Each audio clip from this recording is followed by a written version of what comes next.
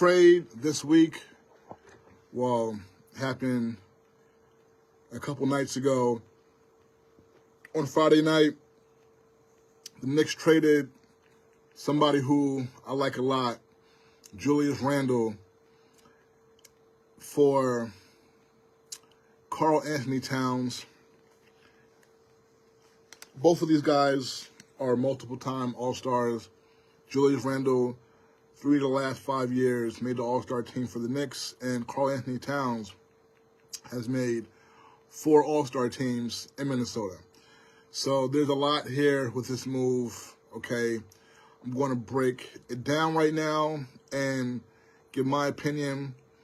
First, I feel like Julius Randle is someone who has been underappreciated for a long time here in New York.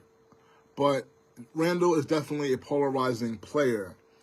A lot of fans who like him a lot, like myself, and there are a lot of fans who really did not care much for him and wanted to see the Knicks move on from him, right? So it's definitely, I feel like, 50-50, at least 50-50 as far as that goes. But like I said, I feel like Julius Randle was never appreciated and given the just due from most of the Knicks fan base, as much as he's not been given as much due as he should have gotten. And this is, like I said, a multiple layer situation. So let me begin from the start of it, when the Knicks first got Julius Randle in the summer of 2019. And that was the summer where the Knicks and all their fans were hoping to get Kevin Durant and Kyrie Irving coming to the Knicks to play. That was something that was reported to be happening and almost in the bag for months, up until like the final month in June. That was when we heard things started to change, and we heard reports that, Kyrie wants to play for the Nets. Kyrie, all of a sudden, he grew up a Nets fan in New Jersey.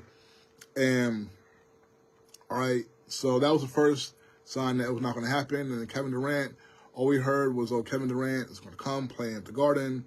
And this is years before, about 10 years prior, 2010, I remember interviewing Kevin Durant when he was at the Garden, and he was talking about how magical the Garden was, how special a place it was. So, he told me that with his own words. So, when he ended up not going to the Knicks and going to Brooklyn and then calling the Knicks corny, he can't say that because I have him on record talking about how special the Garden was, and the Knicks are the Garden and all that. So, he goes to decide to play at the Barclays Center for the Nets. All right, fine. But so Kevin Durant and Kyrie dissed the Knicks. All right, they dissed them. And I don't know still how New York sports fans, basketball fans, Nets and Knicks fans can allow this guy to come back in the city and be comfortable, because he pulled up to the Fanatics Fest like a month ago, and he should have been booed out of there because he dissed the Knicks and then the Nets the way he did them. But they played the Knicks, and the Knicks were not able to get Kawhi Leonard, who was also a free agent.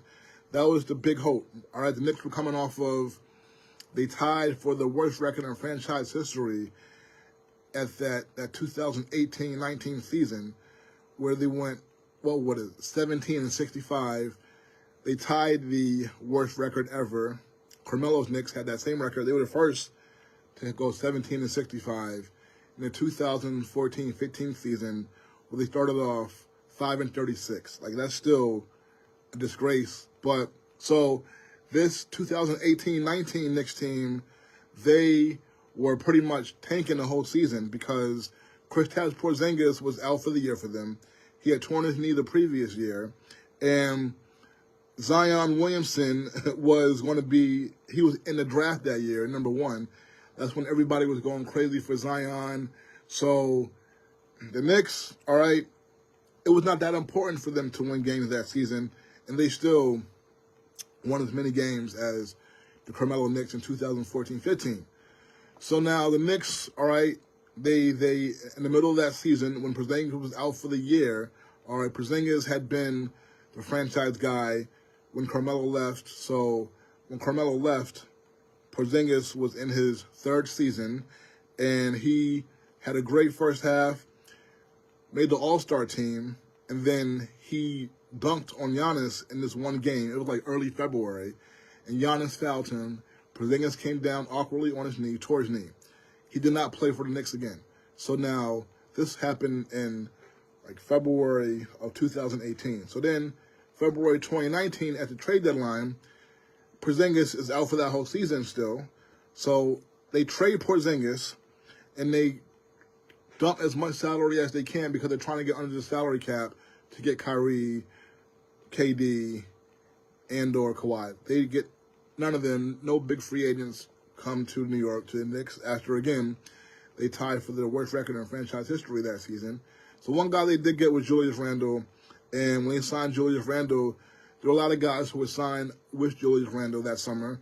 A lot of guys who were looked at as just, salary cap fillers, stopgaps, because in the NBA, every team had to spend up to a certain amount, about 90% of the salary cap. So teams can't just hold on to their money. So Knicks had to sign somebody, right? Had to pay somebody. So the guys who they signed, it was looked at as like, okay, the Knicks had all the salary cap space. They struck out on all the stars. That's what they got the salary cap space for, was to try and sign these stars. So instead of just giving multi-year contracts to ball players who are the other free agents and then lock ourselves up financially for years where we can't go out and still try and get a star in the upcoming off seasons, let's just sign guys to like 1-year deals because we gotta fulfill the salary cap requirements. So let's put some guys on the payroll for a year, and then next off season we'll try again. So Julius Randle, they signed him to like a 2-year deal where the year 2 was an option or whatever. So after that first year, Knicks struggled, right? And that was the season when COVID stopped the season in March of 2020. And a lot of Knicks fans did not like Randle. The Knicks were not winning, and a lot of Knicks fans were not crazy about him. So then, going into that next season, right, the 2020-2021 season, when, the prior year, the league stopped in March, and then remember, in the summertime, they did something unprecedented, which was they resumed their season at the end of July, and then they played until October, the rest of the regular season, the playoffs, the NBA Finals, and then they had the NBA draft right after those NBA Finals. About a month later, they had it in November, and the Knicks, in the first round that year, they drafted Obi Toppin, who was the National Player of the Year in college, and he played the same position as Julius Randle. Most of the Knicks fans wanted Julius Randle gone from that moment. They wanted Obi to be the starting power forward. And Knicks fans, most of them did not like Randle at all. So we go into the season with Obi is now the first-round draft pick, the college player of the year, the guy who all these Knicks fans want to see. But Julius Randle balls out, has a great season, and ends up making All-NBA second team or third team, one of those. He's made All-NBA for the New York Knicks. He made it that season and in 2023. One of those years he was second team, 1 year he was third team. I forget which year it was, but he had a phenomenal year. He averaged 25, 10, and 5 for the Knicks that season in the 2020-2021 season. I mean, he was phenomenal. He carried them to the playoffs. That was the Knicks' first time in the playoffs since 2013. So they had gone 8 years not being in the playoffs. He carried them to a number 4 seed, and he got into the playoffs. They played Atlanta. That was a series where the Knicks, they had the home court advantage going into it. I thought the Knicks were going to beat Atlanta. Julius Randle, the Knicks that season beat Atlanta 3 out of 4 times or 3 out of 3 times, something like that. And Julius Randle had a monster performances against the Hawks all season long. So it was a situation where I felt very confident about that series, and so after dominating the Hawks all season, Julius Randle, he then has a really rough playoff series. He had a rough, poor playoff series, had a horrible shooting percentage, and from the first game of that playoff series, where Julius Randle had serious shooting struggles, Knicks fans just went in on him and just talked about him like he was a piece of trash on social media, on the radio, all that. It was really disturbing for me. I couldn't believe what I was hearing, and it just really showed me how, and you always hear about all New Yorkers, all the smartest sports fans and all that in the country and all that, and I always say, like, that's not true, because New York sports fans are not that bright, and to me, they show that very often. New York sports fans are just passionate and reactionary, but they're not, to me, a lot of New York sports fans are not very smart, okay?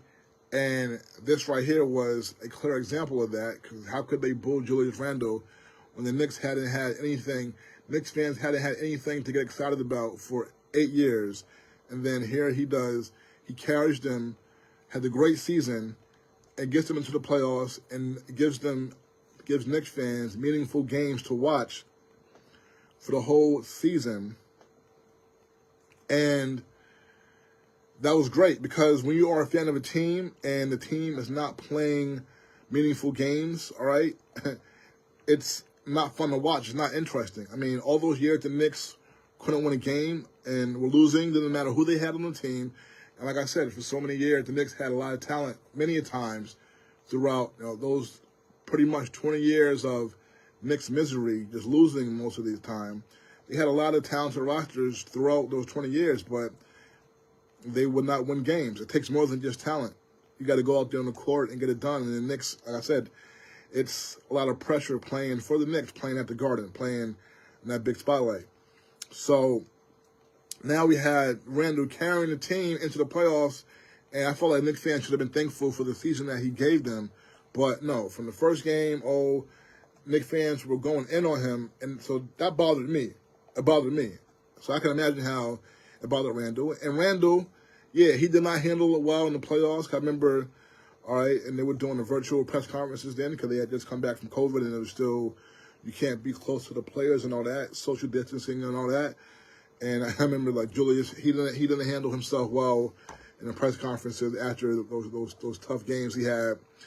And you know that he heard all the noise from the fans on social media and all that, and so that bothered him.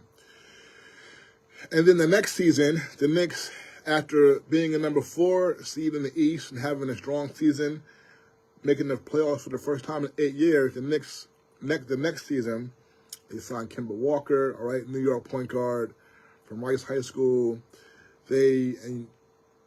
Because that previous season, the Knicks had Alfred Payton as the point guard, and Alfred Payton was not that good. But shout out to Derrick Rose, who just retired, and I got to get into him a little bit more, because he just retired, and Derrick Rose was phenomenal for the Knicks that season, but he was coming off the bench a lot. But, so, they bring in Kemba and all that, big hope that the Knicks can have another good season after having, a number 4 seed in the playoffs. But then next year they have a bad season, and Julius Randle, his play slips, and the fans were on him all season after that bad playoff series. And then there was one point in the season where he started playing well again, and eventually he started, toward the end of the year, he regained his form from the previous season. But there was one instance during the season after they had been on him since that last year's playoffs and then into that season, and fans had been on him, dogging him out, and so he started playing really well again.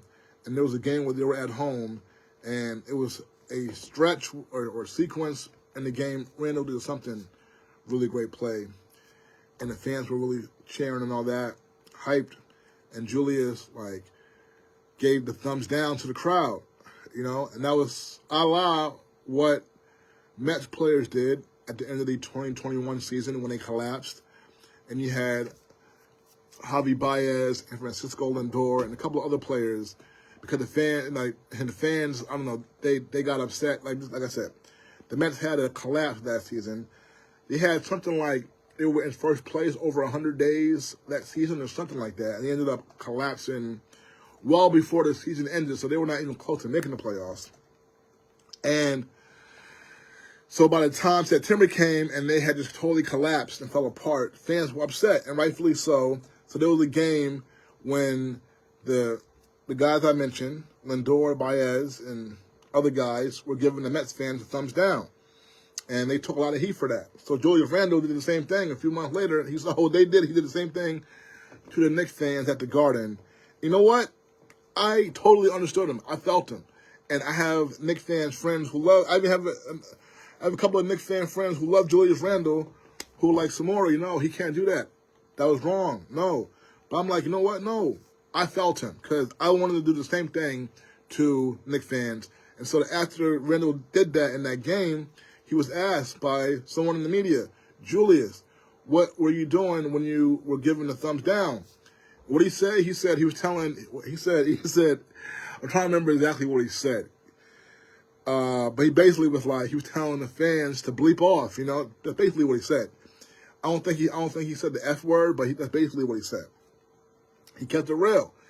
Like I said, I felt him. And you know what? Here's the thing. I love Julius Randle because not only is he very talented, but he's a real dude, okay?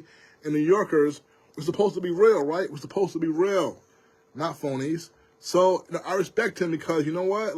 He felt a certain way about how he was being treated. And I heard people say, oh, that's New York. He's got to deal with it. No.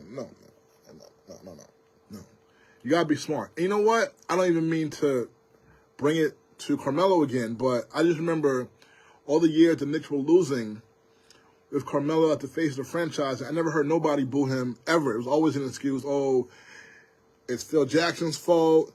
It's the owner's fault. His teammates are sorry. He has no point guard. Always an excuse. Always, oh, Carmelo's the greatest player ever.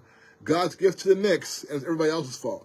But when it came to Randle, who had carried the team into the playoffs, and after one bad playoff game, booing him, and then the whole next season. So, I felt him no, everybody does not, all right? The guy I just mentioned did not get treated that way. And to me, Randle had more of an impact than Carmelo ever did as a Knick, all right? Like I said, he carried the team on his back in 2020, 2021. So anyway, I just say that to say that Knicks fans, I felt they were wrong and stupid for all the criticism they gave Randle. So when he said what he said now, telling the fans to bleep off, I felt him, and you know what? He was not being a phony. He easily could have been a phony and going along with the cheers. Nah, he's not a phony. He's a real dude. He was like, you know what? Yeah, y'all cheering me now. I don't care. Y'all disrespected me. I did all this stuff. A lot of y'all in here, a bunch of, corny nerds to begin with, you know what I'm saying, who are lucky enough to be able to have the money to pay this fortune to get into the building, all right? Y'all are not real, okay? Y'all don't come where I come from, and now y'all want to, now because I'm playing well, y'all want to forget, no. So you know what? I felt him. So that became a whole big thing. That became a whole big thing, all right? And like I said, half of the fan base does not like him, okay? Did not like him.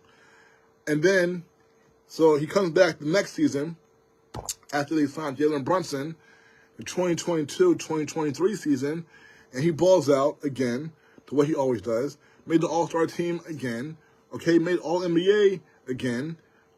But he did have another playoffs where he left a lot to be desired. And so, of course, he took criticism again for that. And, back to the 2020-2021 playoffs year with Atlanta, I said at the time, look, okay, it would be one thing if this was a pattern with him, if he had been coming to the playoffs for the Knicks and having bad performances year after year after year. If y'all want to boo after that, fine. I would totally get that. But this is the man's first playoff series after carrying the team into the playoffs. And booing him, I felt that showed how ignorant a lot of New York sports fans, Knicks fans were. So now he comes 2022-2023 season, has another shaky playoff series. He did turn his ankle before the playoffs started. He came back and all that, but I'm not going to give him that excuse. I'm a big Randle guy, but I'm not going to give him that excuse. He did not play well the 2023 playoffs, even though the 2 games against Miami that they won, he played a big role. But if he played better up to his, usual standards, Knicks could have won that series, and I thought they were going to win the series going into it. So that was a disappointing loss that they had. And to me, that loss that they had in 2023 in the playoffs to Miami was more disappointing than last season's playoff loss, because last season they had like half of the team hurt, so you couldn't even get on them for that. But 2 years ago, that was a playoff series against Miami where I thought, all right, they should have won, and they had the home court advantage going in. So anyway, so Randle, another big year, all right, 2022, 2023. Then this season that just passed, 2023, 2024, Julius Randle and the Knicks, all right, Julius had another strong season. And really, the Knicks season changed when they made the trade for OG Anunoby on December 30th. That trade went down. OG played his first game for the Knicks on January 1st, okay, New Year's Day. They played Karl Anthony Towns and the Minnesota Timberwolves, who at that time had the best record in the NBA. And I'm trying to remember if they finished with the best record in the NBA this past season when the season ended. They might have. I can't remember. Actually, OKC had #1 seed in the Western Conference. Minnesota might have been 2. They were 2 or 3. But at the time, on New Year's Day, they were #1 team, had the best record in the NBA. And the Knicks and Randle with OG, they beat Minnesota, and they went 15-2 from that point. All right, the best record in the NBA from New Year's Day through their 17th game. They had the best record in the NBA once they got OG with Randle playing. So now what happened was the Knicks on January 25th, they played the Denver Nuggets at home at the Garden. And they beat the brakes off of the defending champions. They won by 38 points at the Garden with Randle and the whole team healthy on the court. And in fact, they didn't even have Mitchell Robinson at the time because he got hurt in December. But once they got OG, they were smoking everybody.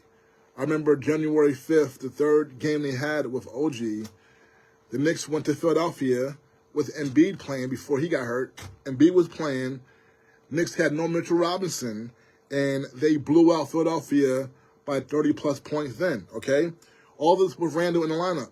Then, so after the January 25th game, where they beat Denver by 30-plus points, by 38 points, they played the Miami Heat the next game on that Saturday, 2 days later, the team who knocked them from the playoffs the previous season, right? The Knicks are smoking them in the fourth quarter. They're up by about 21 or what have you, all right? And Julius Randle gets hurt in that game. So that was Julius Randle. He hurts his shoulder. He goes up for a rebound. He has his legs like clipped from under him. He crashes to the floor, separates his shoulder, and that was the last time we would see Julius Randle in a Knicks uniform. He was not able to come back last season. There was hope that he would come back for the playoffs. When he first got hurt, there was hope that he would be back in about maybe 6 weeks or whatever. They were trying to be hopeful, but he had a serious shoulder injury, never made it back. The Knicks, all right, so at that point, once they got OG in that trade on New Year's Day, the Knicks with Randle on the court were the best team in the NBA. It's a shame that we never got to see them healthy and see what they could do, because Julius Randle now will not be back. And Julius Randle, he was all in. He loved being a Knick. Wanted to win here. Went through, like I said, he came to the team when they were at the bottom. At the bottom. They had just tied the Carmelo Knicks, the 2014-15 Knicks, for the worst record in franchise history, 17-65. And look at what he's done since, okay? Has helped the Knicks make the playoff 3 times. All-NBA player 2 times, 3-time All-Star, and he's rough and tough, all right? We talk about the 1990s Knicks, the last Knicks team that were a legit championship contender, the Patrick Ewing Knicks with Charles Oakley and Anthony Mason and Anthony Bonner, or Charles Sprewell. I feel like when you talk about when you talk about Oakley, Mason, and someone like Anthony Bonner, those guys played the same position as Julius Randle. They were power forwards. They were rough and tough, strong.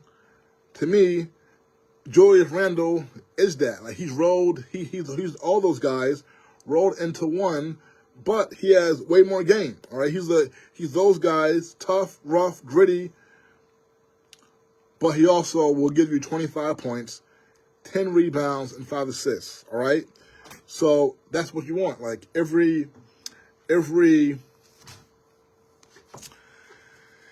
so like Julius Randle is somebody who, all right, because most of the time you have an enforcer on a team, and that's somebody who's not necessarily good, but they're the muscle and they're out there to put a body on somebody, get physical with somebody. Sometimes they may even get a little bit dirty with somebody.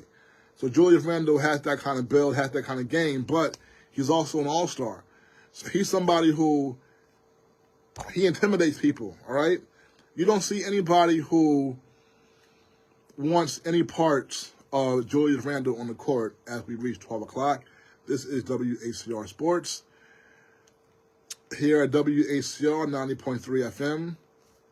I'm being joined also in the studio by Women's Hoops, Kayla Abreu, as always, and we're going to get to WNBA in a few minutes. Now, the Randle, never seen anybody ever step to Julius Randle, all right? We watch the NBA. We see guys bicker back and forth, talk trash. We see guys get in each other's face. I've never seen anybody step to Julius Randle. Nobody, okay? So the Knicks losing Julius Randle, they lose now some of their toughness, okay? They lose some of their toughness. They really do. And a big-time player. So there's that part of it. And like I said, I feel like Knicks fans did not give him his just due. And I wanted to see him come back after the Knicks were playing the best basketball of any team in the league after they made that OG trade last year. I wanted to see how they could play this year as a unit, everybody healthy. But that will not happen because management made the trade for Karl-Anthony Towns. And this is, it's interesting. Like I said, I'm not happy about the trade. This was a trade, even though it was surprising when it came down Friday night, it was not shocking because this was something that had been rumored pretty much for a while, all summer, even dating back to before last year. This was something that was rumored, okay? Karl-Anthony Towns, a swap. Towns for Randle. Both of them are from Kentucky. Kentucky, big guys. They played for John Calipari. They were both one and done at Kentucky. So these are two supremely talented guys. They are just 1 year apart. Now, the Knicks, we heard that management, Leon Rose, they were in love with Karl-Anthony Towns, and they wanted to match what the Boston Celtics are doing with Kristaps Porzingis at the center's position. And the Celtics just won the playoffs, won a championship, and they had Kristaps Porzingis, who is a bona fide all-star, 7'3" guy who can make a shot from everywhere, has a pure three-point shot. You watch Kristaps Porzingis and you see him shoot that three, he makes it look effortless, and we marvel at it. And like, wow, that's a serious weapon that Boston has. So we've heard that Leon Rose, Knicks management, wanted to match what the Celtics have with Porzingis. So we had heard that. And, Julius Randle is not a center. He's a power forward. And the Knicks center, their starting center, all right, their two centers from last season, they're not going to be with the Knicks when opening night comes for them. One of them, Isaiah Hartenstein, he's gone. He played so well last year back on that Mitchell Robinson, and then Mitchell got hurt, and Hartenstein came in and started, played outstanding. He played so well, he became a free agent, and the Knicks did not have the salary cap space to give him the money that he was able to demand on the open market. And Hartenstein wanted to stay, but Oklahoma City was able to give Hartenstein $27 million a season, okay, for 3 years. That's a deal that he could not pass up. So he took the deal, the money, to go play and live in Oklahoma City rather than be here in New York City, something that we know he did not want to do, all right? Oklahoma City? No. But he made that decision, and Knicks do not have him now. And then their usual starting center, Mitchell Robinson, he got hurt again. He got hurt last year in December, came back towards the end of the season, got hurt again in the playoffs, and now he is still hurt, and he had surgery on the ankle that he injured last year at the end, and apparently he still has not recovered from that. So news came out last week before the trade that Mitchell Robinson won't be back until December or January. Right? So that was also something that happened. So the Knicks' two centers from last year, both of them play very well. Both of them are key. They were not going to have to begin the season. So that was also something that with the Knicks, okay, really that I'm sure that made them wanting to make that move to get Towns. That probably made it more of a pressing, urgent matter, something that they wanted to do. Towns is 7 feet tall, 7 feet, 7'1", so he's legit center size, even though he does not play like a traditional center, but he's a very, 7 feet and very talented. So that move was made but now, having said that, I heard Kendrick Perkins, the former Boston Celtics center who won a championship with them in 2008, I heard him. He's become a big presence in the media with ESPN and all that. And I heard him say a few days ago that with Julius Randle playing the 5, he thought the Knicks would have had the best record in the NBA this season. So even though the Knicks were without Mitchell Robinson and Hartenstein, and now you might have to put Julius Randle at the 5, okay, and it might look like you have a hole at the center spot. Kendrick Perkins said, nah, with Randle playing the 5, I think that they'll have the best record in the NBA. So, but now we won't see if that can happen because the Knicks traded Randle, all right? And they traded them for Towns, who, like I said, now, I mentioned how there were reports that the Knicks management wanted to match what Boston was doing with how they had Porzingis playing the 5. 7'3" guy who can do everything, can make 3-point shots from 3 from 30 feet away from the basket, and it's pure. Great talent. Someone who I was sorry to see leave the Knicks when he did. But it's interesting because Porzingis and Towns were in the same draft in 2015. Towns was the first overall pick in that draft, and Porzingis was number 4 pick in that draft for the Knicks.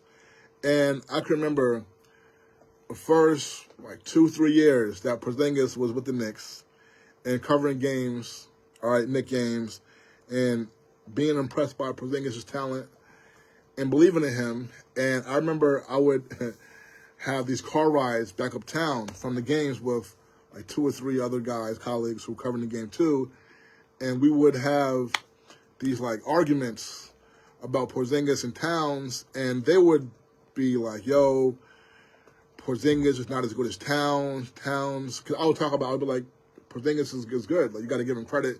These guys were not really trying to give Porzingis credit for being good. I was like, yo, he's young, he's good, he's developing. Y'all are wilding about him.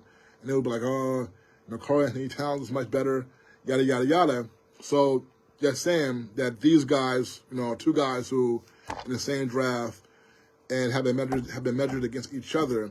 And now you look at it, and Porzingis right now is the guy who just won an NBA championship and with Boston.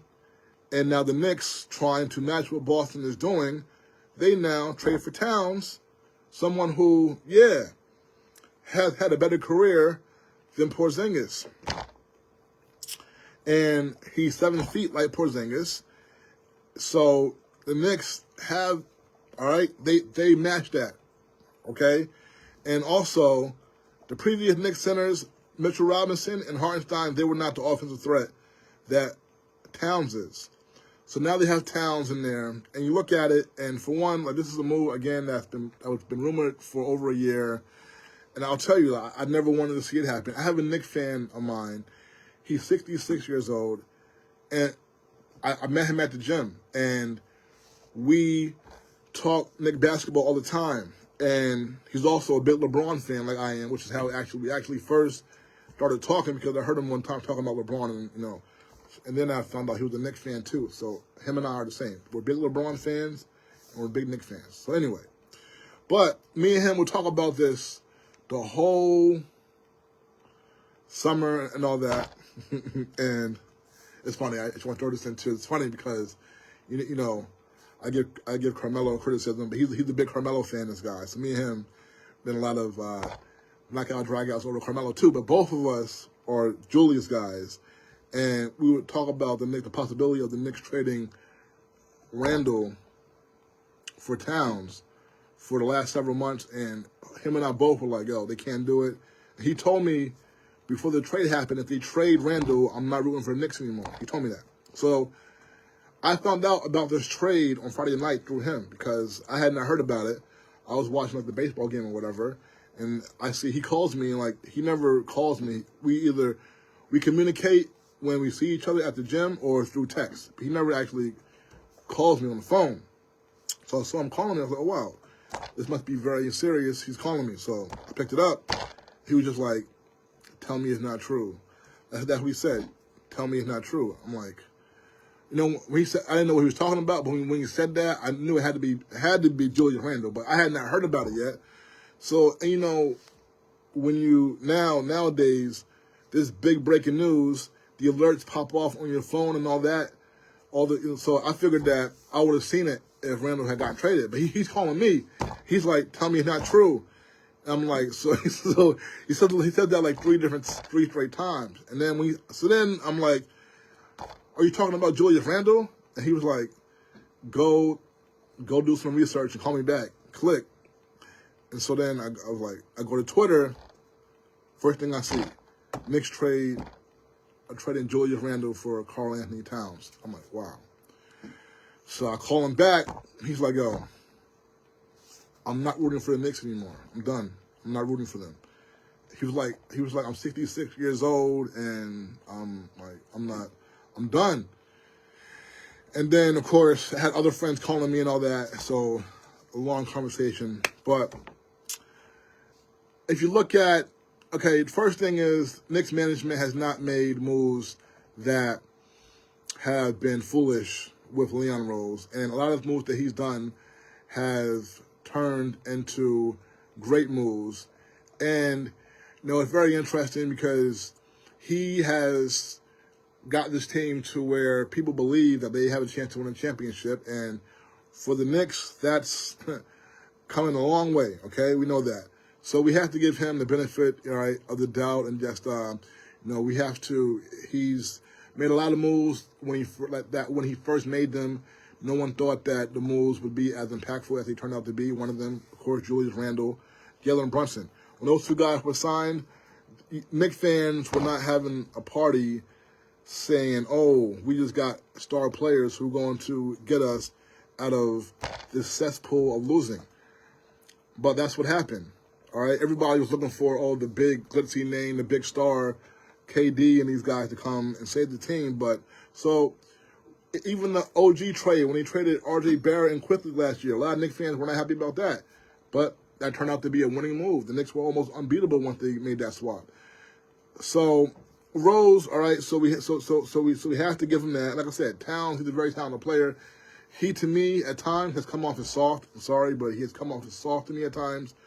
And I don't want to say that because, look, the man, he had to go through a lot with his mother passing from COVID. All right, that's the first thing. So that's something that All right, I don't know. I mean, that's just it's something where I don't even want to think about something like that happening to my mother, my family member. So having to go through that is just a very tough situation and traumatic. So I don't want to call anybody soft who is going through something like that and, is continuing to carry on.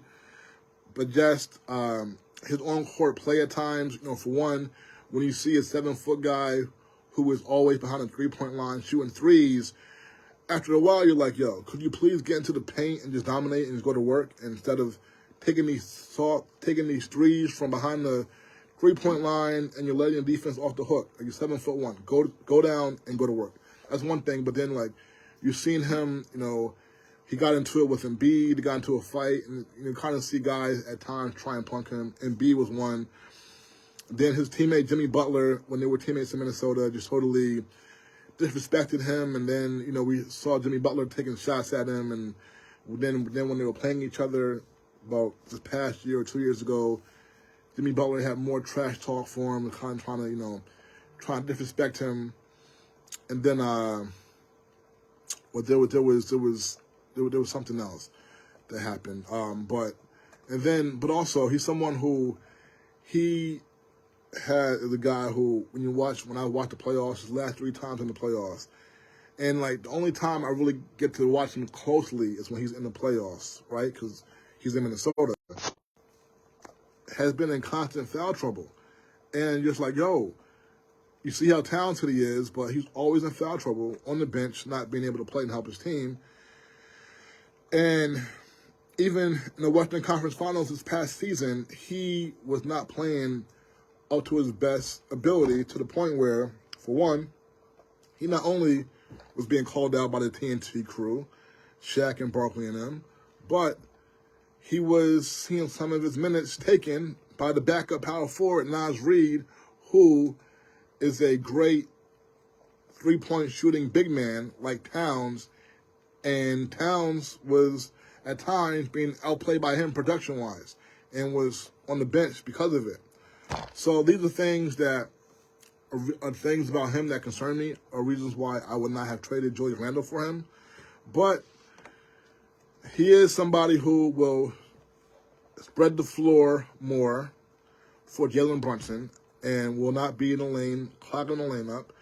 If you have Karl-Anthony Towns playing the 5, there's no Mitchell Robinson in there who can't shoot and is going to be a lane clogger. Randle could be a lane clogger as well. So now you have those guys out of the way. That's just more room for Brunson to operate, and you can kick it to Towns, who's very deadly from 3. And of course, he'll do his work in the paint as well. He better because he's 7'1", but he can do both of that. He'll be really good on the pick and roll, pick and pop with Brunson. So look, it could turn out to be a winning move. It could turn out to be a great move. All right, we'll see. I'm just disappointed to see Julius Randle gone. I would not have done it, but I'm not saying that this cannot become a move that make the Knicks even better as they look to end their long championship drought where we last saw them win the championship in 1973. And also in this trade, the Knicks traded Dante DiVincenzo, all right, Ragu, Red, someone who I've been a big fan of since I saw him playing at Villanova. At Villanova, I didn't watch a whole lot of Villanova when they were there, but watching him, he stood out to me more than any of the players on that team. So I was a fan of his coming into the NBA. And, everybody talked about, I said this, one thing that I said, I did not hear anybody else say, but the Knicks bringing Mikal Bridges from the Brooklyn Nets and another Villanova guy. So you have 4 Villanova guys, Brunson, of course, Hart, DiVincenzo, and Bridges. They were teammates in college, won championships together at Villanova. So when they made the surprise trade for Bridges at the beginning of the offseason, a lot of people were like, oh, now you have all 4 Villanova guys, but, Bridges was taking DiVincenzo's starting spot at shooting guard. So I said from that point, from the beginning of that trade, everybody was loving it, going crazy. And I said, look, I'm not feeling the fact that Bridges is going to take DiVincenzo's shooting guard spot just off the top without even any kind of competition. They're just handing Bridges DiVincenzo's starting spot. And DiVincenzo is somebody who came into the league starting for Milwaukee, He was very good. The year Milwaukee won the championship in 2021, and that spring, DiVincenzo, in the first game of the playoffs, tore his knee, so he missed the Bucks championship run in the playoffs. Then he got traded to Sacramento, okay? And that was before they got good, and that was just, oh, wow, going to Sacramento, rough. Then he got with Golden State, but he was coming off the bench for both of those teams. Then signed with the Knicks. Started last year coming off the bench. Then Tom Thibodeau made one of the more underrated moves of the season last year and swapped DiVincenzo and Quentin Grimes in the starting lineup. So they put Quentin Grimes, removed him from the starting lineup, and put DiVincenzo in there, and that was a big move. DiVincenzo had the second most threes in the NBA last year behind Steph Curry, so he was the best three-point shooter in the league behind Steph Curry last year. And he has hops, and he was tough in the playoffs. He was getting into it with guys. I said how in Game 3, the Knicks, I felt, would have won and going up 3-0 in that series had they kept feeding DiVincenzo in the fourth quarter.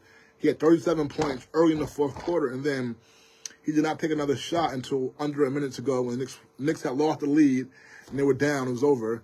And then even in Game 7, when everybody was off, DiVincenzo had 30-something points, and I felt like even in that game, they did not go to him enough, okay? So he's gone now, all right? Him and Randle are going for Karl Anthony Towns, and we're about to start our WNBA talk. You know, Kayla, I know I'm sure you have an opinion about this. And, you know, Karl Anthony Towns has some Dominican blood too, so that's good too. Like I say, he's a great talent. But are you on mic 2 or mic 1, Kayla? Okay, so I'm gonna get Kayla's thoughts in a minute. As she settles in about, you know, her thoughts, and then we're going to move on to the WNBA and the Liberty and the big matchup today, and a lot of stuff going on in the WNBA. We have women talking about the hatred they're getting on social media.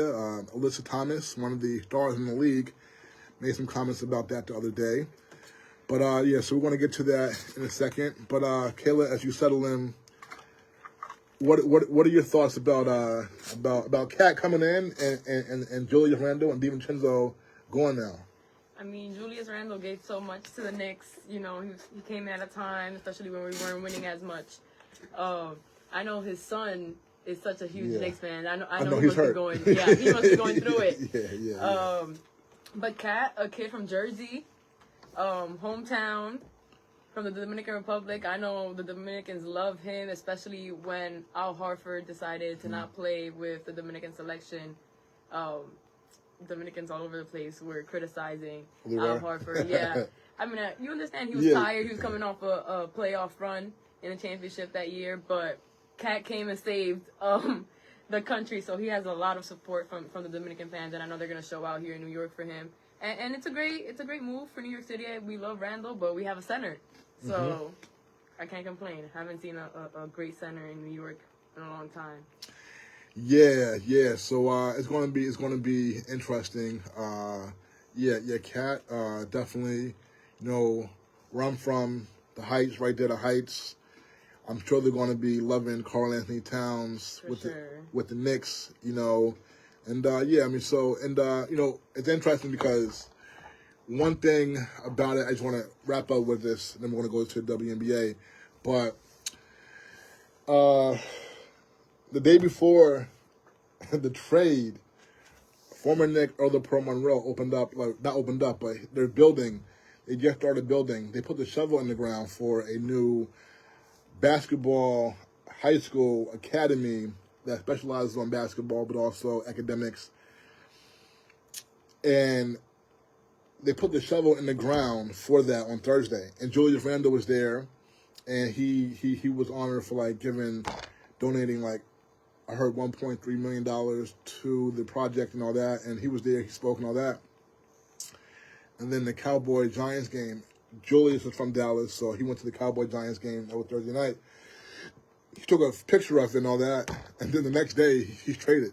And Tom Thibodeau and Knicks general manager Leon Rose were at Randle-Karl Monroe's shovel into the ground ceremony for his new school. Julius was there speaking. He probably had no idea, poor guy.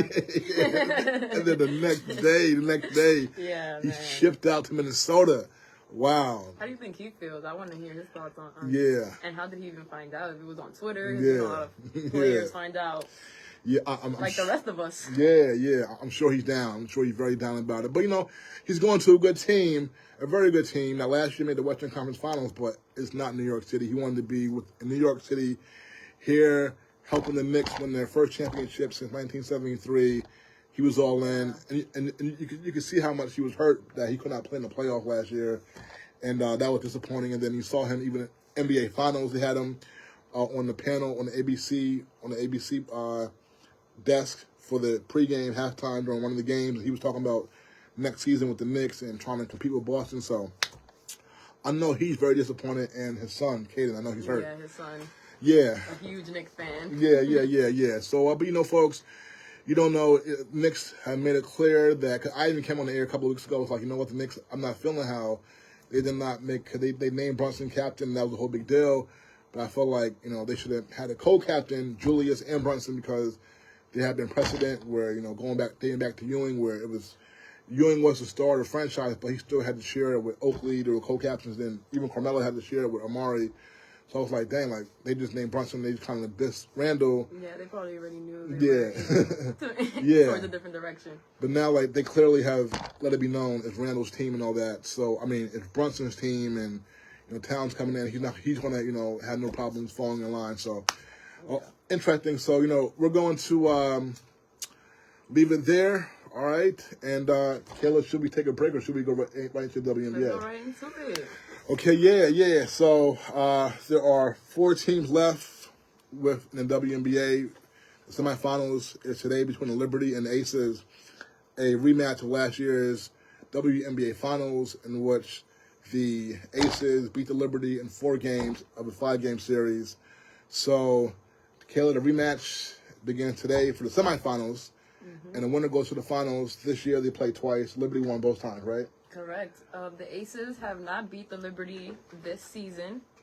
The Liberty have home court advantage, which is the first time, last time Aces had home court advantage.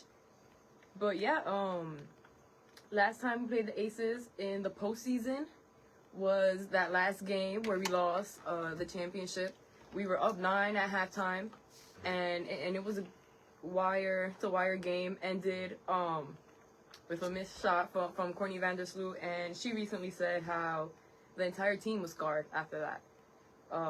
They're all scarred, and you can tell because the first game of this season, after coming off that loss, when we played Las Vegas, JJ had a career high 34 points.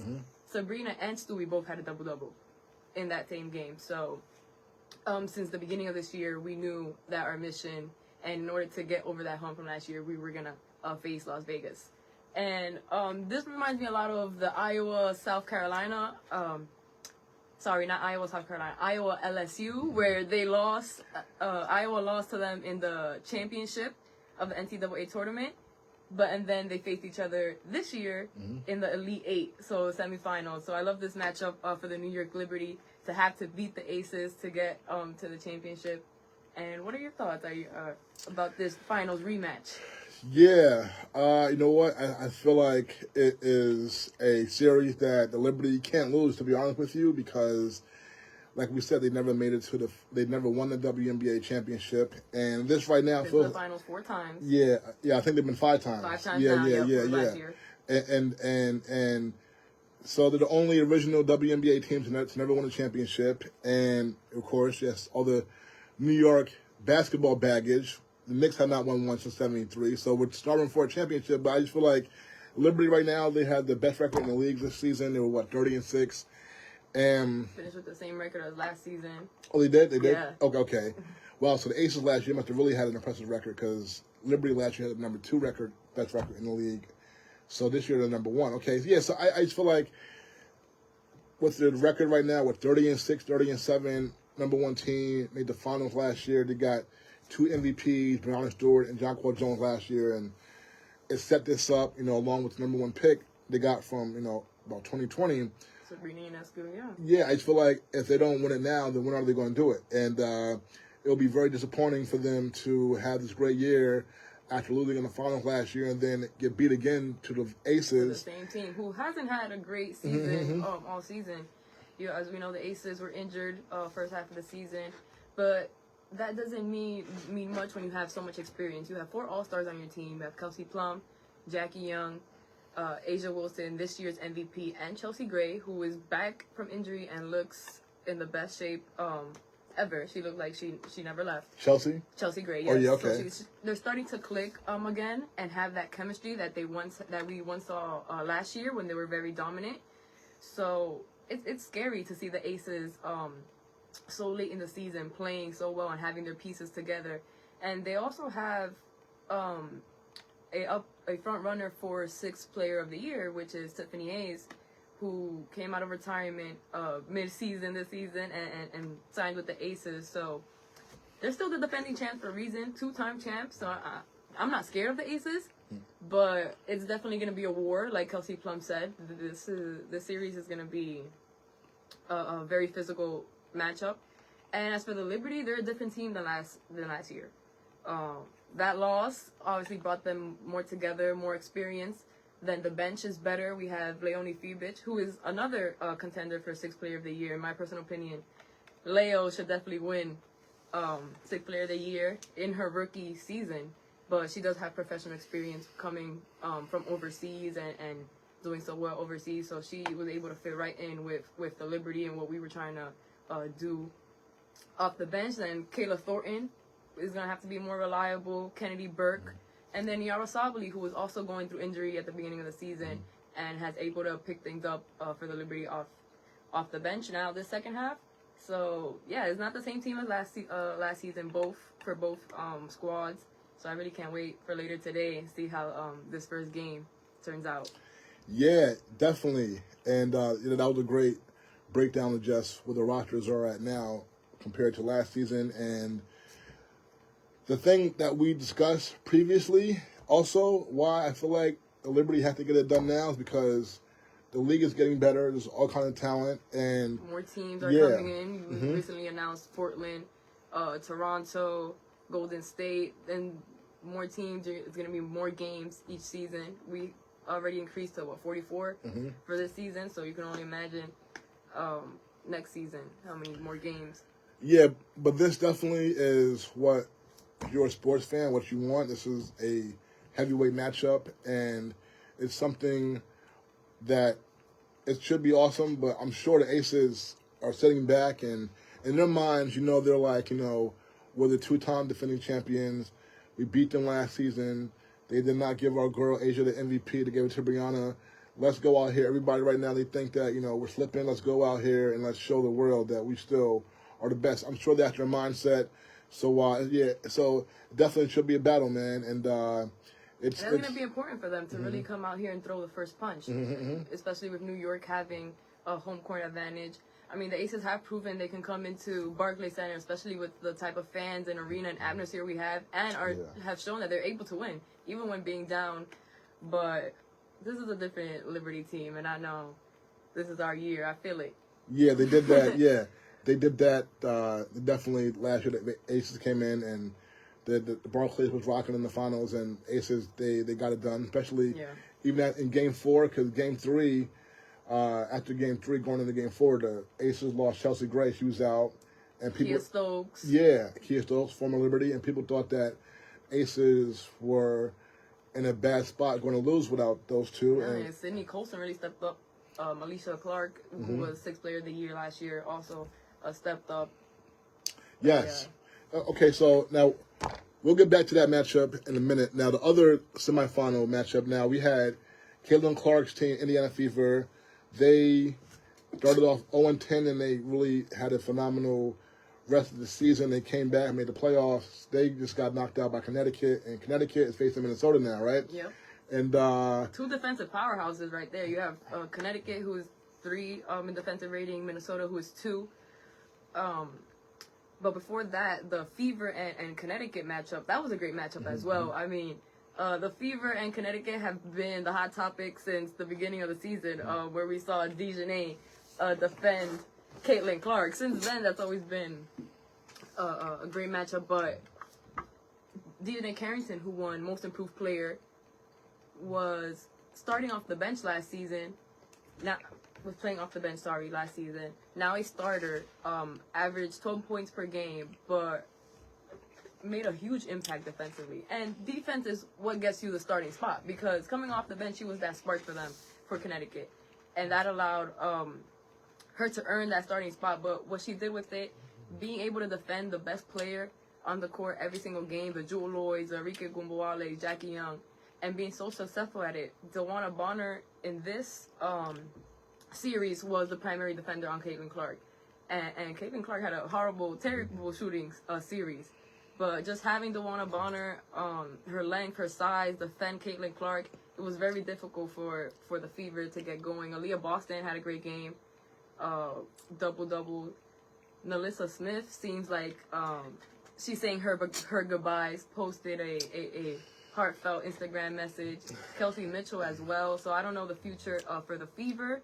But as of last season, not making the playoffs, and then having Caitlin Clark, the Rookie of the Year, for a reason, leading the league in assists, top 10 in points, came into this league and was really able to dominate and change things around for the Fever, who, like I said, didn't make the playoffs last year.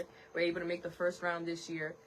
But I don't really know the future of the Fever. They have so much talent this season. They have so much talent, but it doesn't look like the players really want to buy in and continue to build around this organization. And a lot of it might be because of the fans. After the season ended, a lot of the players came out and spoke, especially Alyssa Thomas, Julius Carrington, about the treatment they were getting from Fever fans. Yeah, so this is, all right, folks, time for the drama. Time for the drama, folks. We love talking about drama. Okay, so, there's a lot that was going on here in this series. So first thing, so you talk about DJ Carrington, who, you know what, like, she's someone who I noticed when she first came into the league. You know, she's a very beautiful girl, and she can play. Came from Baylor, so I was like, wow, like, who is she? You know, yeah, won a championship in Baylor with Kimoki. Yeah. So coming to the league. So she's someone who I noticed, and there was also, I think, another someone else from Baylor who. Anyway. Her girlfriend, most likely, Nalissa Smith, plays for the Fever. Yeah, but I thought from Baylor as well. There was somebody else. Anyway. Tiara McCowan, maybe. It's fine. You know what? So anyway, so Carrington, like, I noticed her since she first came into the league. And I'm thinking of our girl Didi, the former Liberty. Oh yes, she was a Baylor Didi player. Richards, Didi Richards. Yeah. Also won a championship with Baylor 2021. Both of them are cute, so I noticed both of them, you know, when they first got drafted. So, but Didi is no longer in the league. But anyway, so Carrington, all right, so like, earlier this season, I had an issue with her, though, because I felt like, you know, again, like the whole Caitlin Clark drama, I said from Caitlin Clark earned my respect from the 2023 Final Four when she and Iowa, they beat South Carolina, who were undefeated. They were also the national champion at that time. I saw how humble she was after that game and the performance when she could have like really like talked trash, and the whole women ESPN panel after the game, they were trying to get her to talk about herself, and Caitlin Clark was so humble. So I gave my respect for her then. And then of course the next game was the Angel Reese thing, and so anyway. But so like early in the year, you know, because this whole thing where like people were saying that Caitlin Clark has all these fans who are like being so nasty to them. A lot of the black athletes are saying that, right? And I just feel like Caitlin Clark has really handled herself well. And a lot of people want to kind of like, I look at it as they want to act like Caitlin Clark is the reason why they're receiving so much like negativity from fans or what have you. And they kind of act like she's responsible for it, and I don't feel like that's right. And because at the end of the day, they're talking about like Twitter trolls, and so. But Carrington early in the season, she said something about how like Caitlin Clark was not speaking out enough about like negative comments to people who were speaking negatively to other. Yeah, that's where a lot of people have mixed issues, because One, I don't have control of what my fans say. Yeah. And if I do speak out and tell them not to, it's like I'm feeding into giving them the attention. Right, that they want. right. And that's how I feel. And I just feel like, also, I just feel like they're kind of like picking on Caitlin Clark, and they're like, you know, like I say, I know this whole big thing about people, you know, the whole Caitlin Clark being hated on, and people like, oh, she's not being hated on, but, you know, I've like I said, I feel like she has been, and it all stems from the whole injuries, drama, and all that. Anyway. But I think the WNBA does need to speak out on it, especially when multiple players complain about it. Yeah. The Players Association did come out and speak out on it, but as for individually, as players, there's not much you can do about what people say. Exactly. You know? Exactly. And trolls, and this is what comes with the attention. Like, a lot of people wanted attention, wanted to be seen more, wanted to be spoken about, and the negative comes with the positive. You know. That's how I feel about it. Because, you know, we hear WNBA players, oh, we want to get more attention, we want to get more notoriety, all that. Well, exactly. That's what comes with big-time sports. And, you know, the men athletes, they deal with, you know, these hecklers and these trolls all the time. People that DM them about messing up their parlay or wishing the craziest things. All the time. And nobody cares. You know what I'm saying? Like, they just got to deal with it. But this is the first year, something that we're all learning to deal with, you know, from media, to the players. To even fans, new fans. So and my thing too is like we're growing. Yeah, and my thing too is like Caitlin Clark. Like, you can't tell me she's not getting a lot of hate because, you know, the people who are on the other side, like all the people, because, you know, it was split. There were Caitlin Clark fans, there were Angel Reese fans. So the people who are not Caitlin Clark fans, all right, I'm sure they're sending Caitlin Clark negative messages too. You know what I'm saying? But she's not complaining about it. And they're, oh, I can't take it. They're sending me bad messages. I mean, like, Caitlin Clark has a lot of haters out there too. You know what I'm saying? From the other side. And also, like I said before, it's just like, you know, I hear Alyssa Thomas, the Connecticut Sun player, said that they were getting racist comments and all that. And so, like, and racial slurs, I heard Brittany Griner say something I saw today this morning. Well, Brittany's a whole different case. Yeah. Brittany's been getting racial comments and slurs since last year with her whole situation. Yeah. She was also going through it. Yeah. And the thing is, like, okay, sometimes you'll hear, like, in the men's game, you'll hear these kind of claims being made. And my thing is just like, you know what? I've been to a lot of sporting events, mostly in New York, but other states too, of course. And I never heard anybody ever, like, say anything racist, say the N-word, nothing. You know what? And it's just because, look, this is 21st century. Like, if some fan goes to a game somewhere, say they go to Yankee Stadium or any stadium anywhere, and they're like calling somebody the N-word, like, they're going to be pointed out, they're going to be, you know, everybody around them is going to be like, yo, like, you're out of your mind, they're going to get security, that person's going to be dealt with. Like, there's no fans out there just brazenly using the N-word, calling players the N-word, just and nothing's happening to them. So it's like, to me, definitely more of a Twitter. Yeah, I mean, and then, like, even on Twitter, social media, and even on Twitter, if you use the N-word, you're gonna probably get kicked off the platform, right? Right. I mean, like, you can't. I mean, if I write something that's even what Twitter feels like is halfway offensive, just sending me, oh, you're against community guidelines. Yeah. So it's like, so my thing is like, you know, like how harsh can some of this internet Twitter criticism be? To a point where you have to you can't let things like that get to you anymore. Yeah. Or you can't even read it anymore. You might just have to stay away from social media. Yeah. Or have someone handle your business aspect of social media if it really gets to that point. Now here also the other thing, right? Like Carrington, so like last week, Carrington, they played against the Fever, we said, in the playoffs, and Carrington poked Clark in the eye by mistake or what have you. And so a lot of people were trying to say that it was on purpose. And then you saw the reporter? Yeah. The reporter, Christine Vernon, I think who it was, and she's a very reputable journalist. She's been around for a long time, covered a lot. So she's a big dog in the game, and she was asking her that, and Carrington was acting like, oh, like she was trying to act like, you know, someone thinking that it could be on purpose was totally crazy. And I'm not saying she did it on purpose. I'm just saying that, and some of the Angel Reese, my thing is, when you provide reasons for people to be suspect of you, then they want to wonder if it was real because, like I said, Carrington, even like last week, she said something about Caitlin Clark that was shady about how her fans and how Caitlin Clark should be speaking up and telling them to stop. And she said something similar early in the year where I got on her because I was like, yo, like, I don't see any other players who are speaking out. And so you're trying to get Caitlin Clark to speak out, but she's just trying to play ball. She's never been about any of that BS dating back to... And that might be part of the issue affecting Nalissa Smith and her position in the locker room. Because it's clear that Nalissa doesn't seem comfortable playing there in Indiana. Or you could talk about her body language, just her relationship with her teammates. And that could have been a huge issue. And to the fans out there who don't know, all right, Nalissa Smith is the girlfriend of DJ Carrington, yep. Right.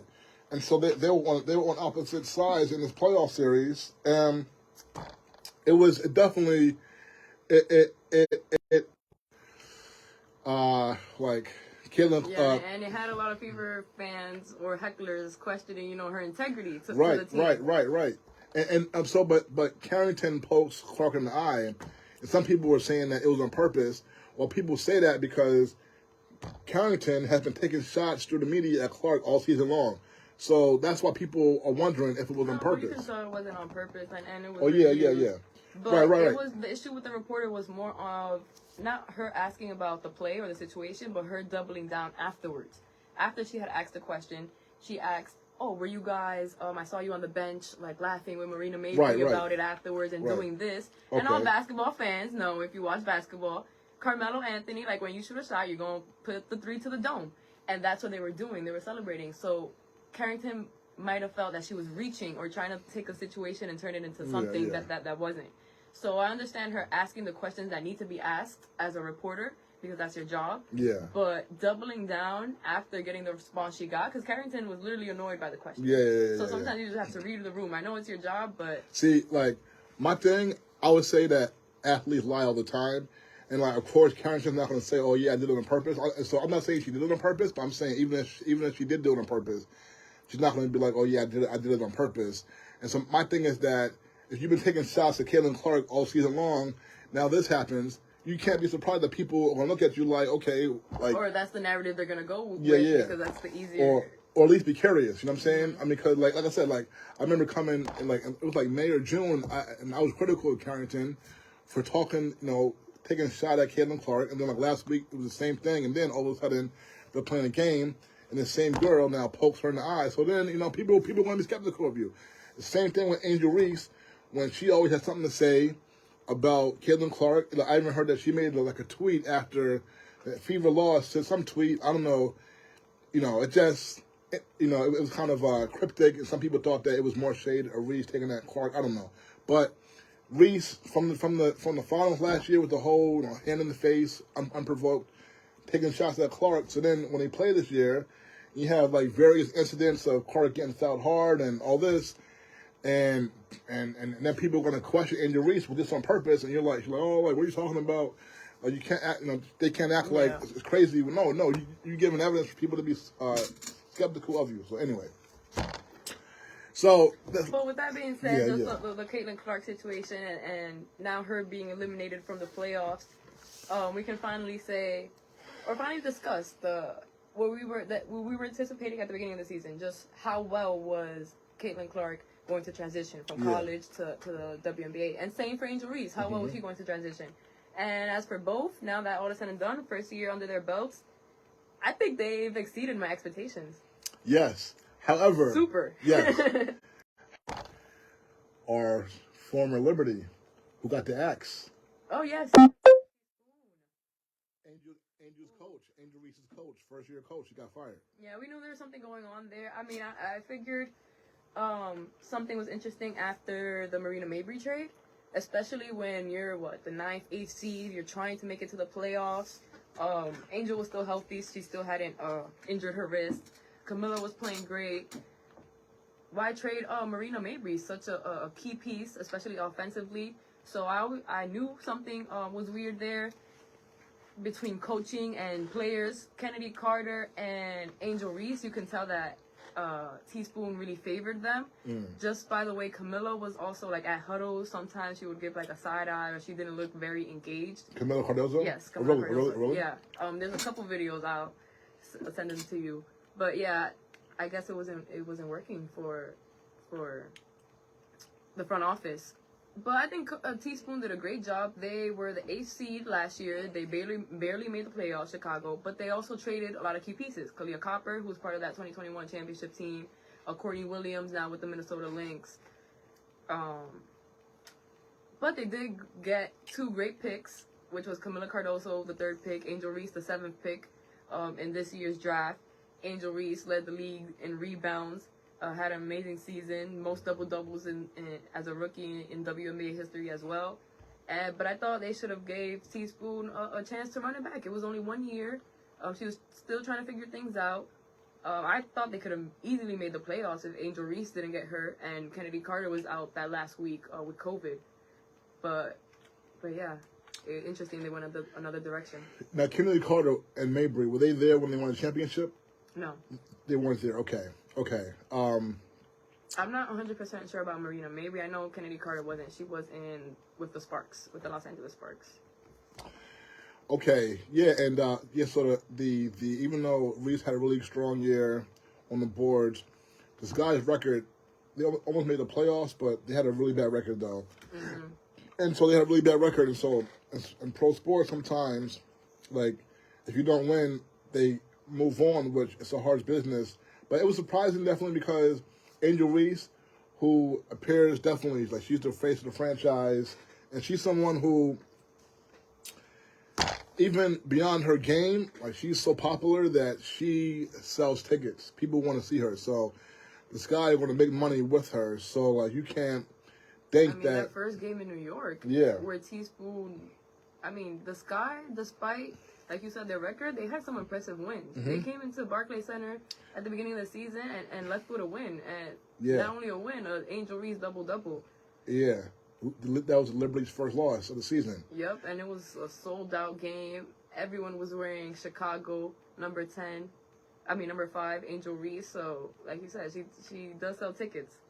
Yeah, so you would not think definitely that the Sky are trying to get rid of Angel Reese anytime soon. So it's surprising because Angel Reese, she really seems to love Teresa Weatherspoon, and she was talking about how much she was hurt that Weatherspoon got fired and all that. So definitely, so from that standpoint, it seems odd because if your face of the franchise really likes the coach, then why you're taking a chance by sometimes usually it's the other way around. So so that's I wonder if it was just strictly because of the record or if there were other players like you said who may not have been happy, but at the end of the day, the most important player had her back. So it was definitely a surprising move. I was surprised to see that, and so we have. No, they had made the finals, had lost to Seattle, I believe in the bubble. That's when De'Erica Hamby had made that crazy shot to send them to the finals. They lost to Seattle, Breanna Stewart. Yeah, in 2020. So A'ja Wilson was on the Aces then? Yes, A'ja Wilson was already in the Aces. They had the entire core. Kelsey Plum, Jackie Young, A'ja, De'Erica Hamby. Jackie was there too in 2020? Jackie already had been drafted. I believe she was drafted in 19. Oh, wow. So... Or she might have been drafted that same year. It was either 2019 or in 2020 from Notre Dame. So even though A'ja got Breanna in the championship last year, Breanna had already got her in 2020 championship. Yeah. Okay. Yeah. So now they're Breanna and A'ja Wilson, two multiple-time WNBA MVPs. They are 1-1 in the finals matchup. Okay, and so now that's always been an interesting matchup. They've been playing together since they were very young. USA basketball against each other together. Yeah, I think player to player, that's probably the best matchup. Their size, their athleticism, and they're both two great two-way players because they'll get it done on the defensive end and can shoot the lights out as well. So that's probably my favorite player matchup going into this. So we know A'ja Wilson is the best player. We know A'ja Wilson is the best player in the WNBA. Who would you say is number 2 or number 3?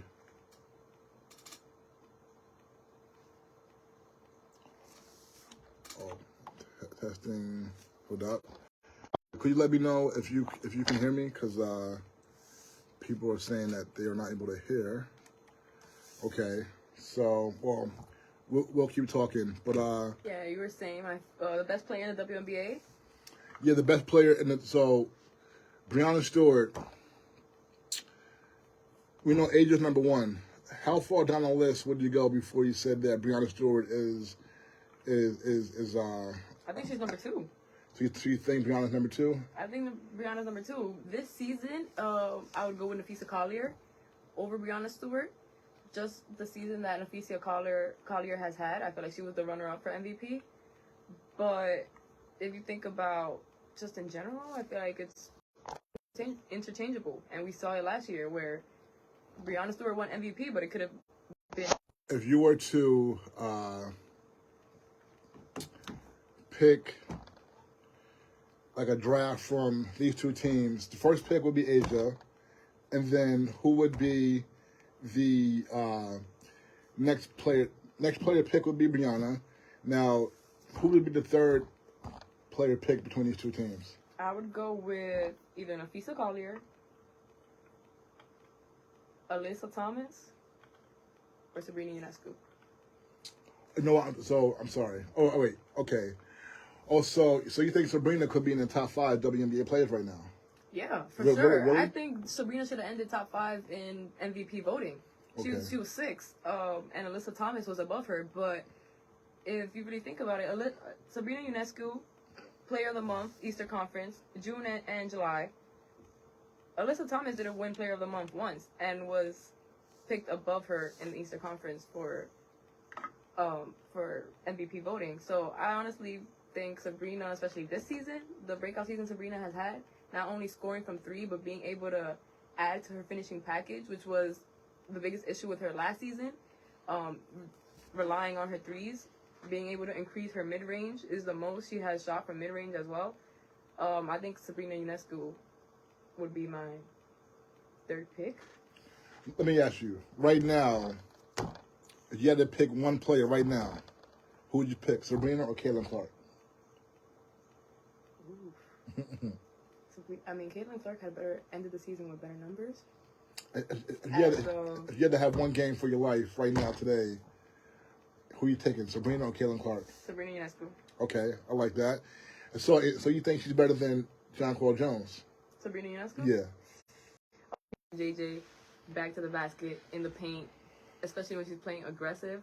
But one-on-one, I would always pick Sabrina Ionescu just because she's a guard and the way she can shoot against JJ. But no, I think we're the Liberty for a reason. We have all the key pieces. Like we said earlier, the time is now. We have JJ, 2021 MVP. Like, who can guard JJ in the paint? Sabrina Ionescu, one of the best guards.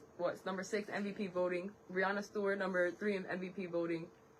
We have all our key pieces to win the championship now. Okay, so what do the Liberty have to do to win this series? Continue to play Liberty basketball, which is passing the ball, sharing the basket, not relying on outside shots. Start getting JJ in it early.